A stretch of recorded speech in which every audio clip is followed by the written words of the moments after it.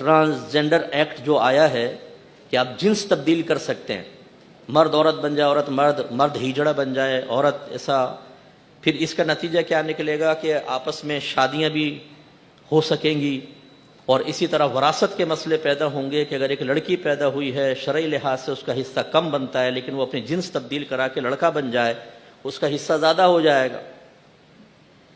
اور اس ایکٹ کو، اس قانون کو بہت سارے لوگ پروٹیکٹ کر رہے ہیں، کیونکہ ان کو اپنا مطلب حل ہوتا نظر آتا ہے نا۔ پروفیسر صاحب بھی بعض ایسے ہوتے ہیں کہ جو اپنا، لڑکیاں سامنے بیٹھی ہیں، کو ایجوکیشن ہے، تو وہ اپنا بھی مطلب حل کر رہے ہوتے ہیں اسی چکر کے اندر۔ تو ایک ہدایت ہمارے نوجوان حاصل کر رہے ہیں اس آزاد ذہن رکھنے والے گروہ سے۔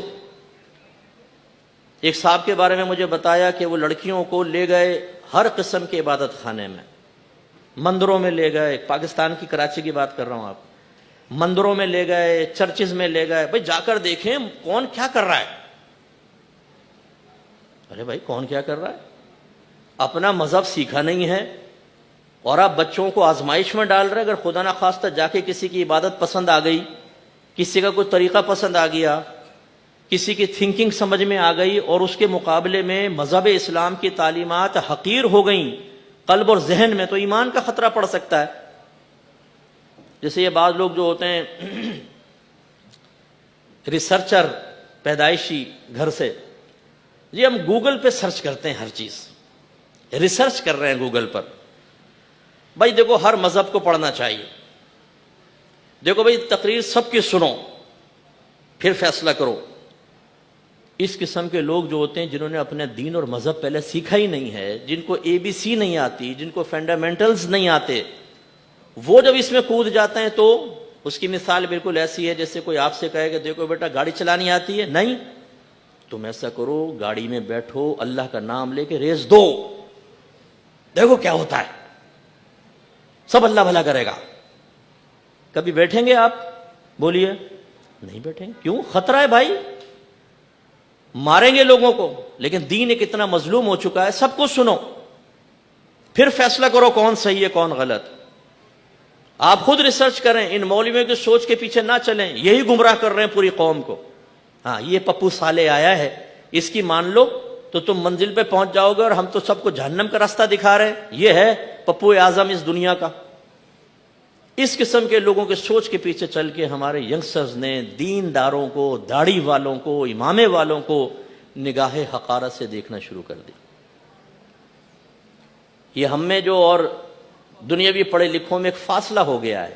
ہم میں سے مراد دیندار طبقے میں، علماء طبقے میں، مفتیان کرام، ہمارے دارالعلوموں کے اندر اور پڑھے لکھے طبقے کے اندر ایک بہت بڑا فاصلہ ہو چکا ہے۔ اس کی بڑے وجہ یہ نیگیٹو سوچ دینا ہے، جس کی بنا پر جو ینگسٹرز ہیں وہ دین کے قریب نہیں آتے، وہ مذہب کے قریب نہیں آتے۔ کوئی مولوی صاحب پکڑا جائے کوئی غلط کام کرتے ہوئے، اس کو ٹی وی میں دکھائیں گے، یوں لائیں کیمرہ، مولوی یہ کیا، مولوی نے یہ کیا، مولوی نے وہ کیا۔ باقی یونیورسٹیز کے ہاسٹل کے اندر تو سارے قرآن پڑھتے رہتے ہیں بیٹھ کے، وہاں تو روزانہ فرشتوں کو نزول ہوتا ہے، وہاں تو لڑکی سامنے سے آتی ہے سارے لڑکے یوں منہ پھیر لیتے ہیں، بلکہ برقع پہن لیتے ہیں کہ بہن کے اوپر نگاہ نہ پڑے۔ ہر قسم کی خرافات وہاں پر ہو رہی ہے، لیکن ٹارگٹ کس کو بنایا جاتا ہے؟ دیندار کو بنایا جاتا ہے، تاکہ یہ بدنام ہو، لوگ ان سے بدظن ہوں، یا کوئی ایک ایسا شخص منتخب کر لیا جاتا ہے جو کسی حوالے سے ملک میں بدنام ہو، اسے بنیاد بنا کر پورے قبیلے کو بدنام کر دیتے۔ دیکھو یہ ہے مولوی، یہ ان مولویوں سے تو خدا بچائے۔ بھائی وہ مولوی ہے، مولویوں نہیں ہیں۔ ایک آدمی غلط کام کرے، سارے کیسے غلط ہو سکتے ہیں؟ آپ کے خاندان میں سارے فرشتہ صفت ہیں، یا کوئی خطا ہوتی ہے ان سے، کوئی گناہ ہو جاتا ہے، کسی نے چوری کی ہوگی، کسی نے زنا کیا ہوگا، کوئی بے نمازی ہوگا، تو اگر ایک شخص کو بنیاد بنا کر آپ کے پورے خاندان کے اوپر ٹونٹنگ کی جائے، پورے خاندان پہ الزام لگایا جائے، کیسے ٹھیک ہو سکتا ہے؟ لیکن یہ سازش ہے کہ دینداروں سے بدگمان کرنے کے لیے، بدظن کرنے کے لیے ایسا کسی شخص کو بنیاد بنا کر اور سب کو لپیٹے میں لے لیا جاتا ہے، اور یہ سوچ دی جاتی ہے بچوں کو خاص طور پر۔ تو اب قرآن تو بہت پیچھے، اب جی ٹیچر بتائے گا۔ ایسے ہی ایک اور گروہ نکلا ہے، میں اپنے نوجوانوں سے خاص طور پہ گزارش کرتا ہوں، ہم ہیں اہل سنت و جماعت. اہل سنہ اسے کہتے ہیں جو نبی کریم کے طریقے پر چلے. اہل جماعت اسے کہتے ہیں جو صحابہ کرام کی جماعت کے طریقے پر چلے. پھر ہم ان دونوں کو ملا کے کہتے ہیں اہل السنہ والجماعہ، یا اردو میں اہل سنت و جماعت کہہ دیتے ہیں. ہم ہیں اہل سنت و جماعت. لیکن کچھ لوگ ایسے ہیں کہ جو ہمارے عقائد سے تعلق نہیں رکھتے، وہ ہمیں قدم قدم پر کافر و مشرک کہتے ہیں، بدعتی کہتے ہیں. ان کے نزدیک صرف وہ صاحب ایمان ہیں، باقی کائنات میں کوئی ایمان والا نہیں ہے. جب تک کہ ہم ان کے سامنے توبہ کر کے کلمہ نہ پڑھیں ہم سب جہنم میں جائیں گے.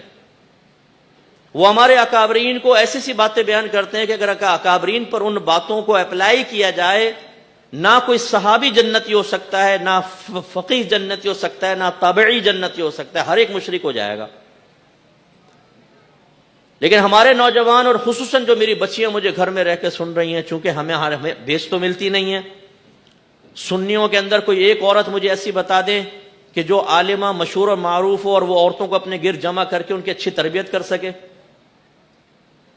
برا تو بہت لوگ مان جاتے ہیں، جی مفتی صاحب پٹڑی سے اتر گئے. بھائی پٹڑی پہ چڑھے ہوئے تم میرے پاس آ جاؤ، ذرا بات تو کر کے دیکھیں کہ میں پٹڑی سے اتر چکا ہوں یا تم نے دین اور مذہب کا بیڑا غرق کر دیا ہے. معیاری ہم کوئی کام نہیں کر رہے. لازمی نتیجہ نکلتا ہے کہ پھر جو بھی معروف ہوتا ہے اس کی طرف بڑھ جاتے ہیں. بیسکس ہم نے سکھائے نہیں، لوگوں نے سیکھی نہیں، وہ ان سے ہدایت حاصل کرتے ہیں. تو اب ایک ایسا گروہ آیا جس نے یہ نعرہ لگایا، قرآن کو خود سمجھو، کسی مولوی سے نہ سمجھو. تفاسیر مت پڑھو، یہ مختلف ہیں تفاسیر، کوئی کچھ کہہ رہا ہے کوئی کچھ کہہ رہا ہے. آپ خود ترجمہ پڑھیں اور قرآن کو خود سمجھیں. اچھا جی، اب کون سا ترجمہ پڑھیں یہ بھی بتا دو ذرا. ترجمہ پڑھنا ہے نا، کون سا پڑھیں؟ وہ ہمارا پڑھو. اچھا پڑھ لیا، سمجھ میں نہیں آ رہا، ہمارے ادارے میں داخل لو، ہم تمہیں بتائیں گے. یعنی یہ اپنے گرد جمع کرنے کا ایک بہترین وار ہے. اب وہ ہمارے ینگسٹرز کو گھیر رہے ہیں، خاص طور پہ بچیوں کو. ہمارے پاس آئیں، ترجمہ قرآن سیکھیں تاکہ آپ کو صحیح قرآن سمجھ میں آئے. اب ہم یہ نہیں سوچتے، ہمارے گھر والے، ہماری بچیاں نہیں سوچتی کہ یہ کہہ رہے ہیں ہمارے پاس آئیں آپ ترجمہ قرآن پڑھیں سب سمجھ میں آ جائے گا. تو تمہارے پاس کیوں آئیں؟ ہم ترجمہ قرآن مارکیٹ سے لے کے پڑھ لیں گے، سب سمجھ میں آ جائے گا. کیوں بلا رہے ہیں آپ؟ وہ اس لیے بلا رہے ہیں تاکہ بلانے کے بعد ترجمہ قرآن کے نام پر اپنی منمانی تفسیر بیان کر کے ہمارے 1400 سال کے اکابرین کو کافر اور مشرک قرار دیا جا سکے. ہمارا رابطہ ان اکابرین سے توڑ کر اپنے ساتھ وہ جوڑنا چاہتے ہیں، اور جب اپنے ساتھ جوڑ دیں گے تو قرآن کی منمانی تشہیر کریں گے اور ہمارے نوجوان تباہ و برباد ہوں گے. اور خصوصاً ایک ماں، ایک بچی جو عنقریب ماں بننے والی ہے اور وہ بچوں کی پہلی تربیت گاہ ہے، وہ تباہ ہوگی. لیکن ہم لوگ بھیجتے ہیں اپنی بچیوں کو، جا رہی ہیں بچیاں اور وہ خرابی پیدا ہوتی ہے. ایک صاحب مجھے ایسے ہی مل گئے، وہ قرآن لے آیا، یہ عالم بننے سے بھی پہلے کی بات، میں ایک جگہ بیان کر کے آیا، کہنے لگے دیکھیں آپ نے یہ بیان کیا، قرآن پڑھیں آپ سب سمجھ میں آتا ہے، ترجمہ قرآن پڑھیں سب سمجھ میں آتا ہے. ہاتھ میں قرآن لیا ہوا، میں کہ ادھر لاؤ، کھولو. کھولا، میں نے ترجمے پہ ہاتھ رکھ لیا. میں نے کہا ربی عبارت کا ترجمہ کر کے بتاؤ. تھوڑی دیر دیکھتا رہا، آپ کیا ترجمہ کرے گا؟ جس کو ترجمہ تک کرنا نہیں آتا وہ آپ کی ہدایت کا سامان کرے گا.